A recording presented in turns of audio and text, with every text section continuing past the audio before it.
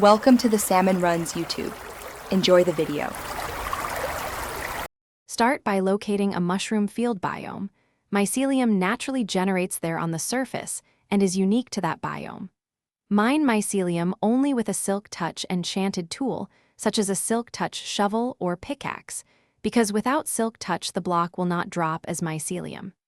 Carry collected mycelium in stacks up to 64 blocks to your base. Bring enough to cover the area you want to convert so you can expand your farm immediately and avoid extra trips. To spread mycelium, lay mycelium blocks next to dirt or coarse dirt and wait for natural conversion. It will slowly turn adjacent eligible blocks into more mycelium. Prepare a flat 3x3 or larger patch for your farm and keep at least one block of headroom so you can grow and harvest giant mushrooms with bone meal. One key advantage is that mushrooms can be placed and grown on mycelium regardless of ambient light, so you can manage light for mobs without losing mushroom placement. Plant brown or red mushrooms directly on mycelium and apply bone meal to force a giant mushroom to form, which yields many mushroom blocks and produce when harvested.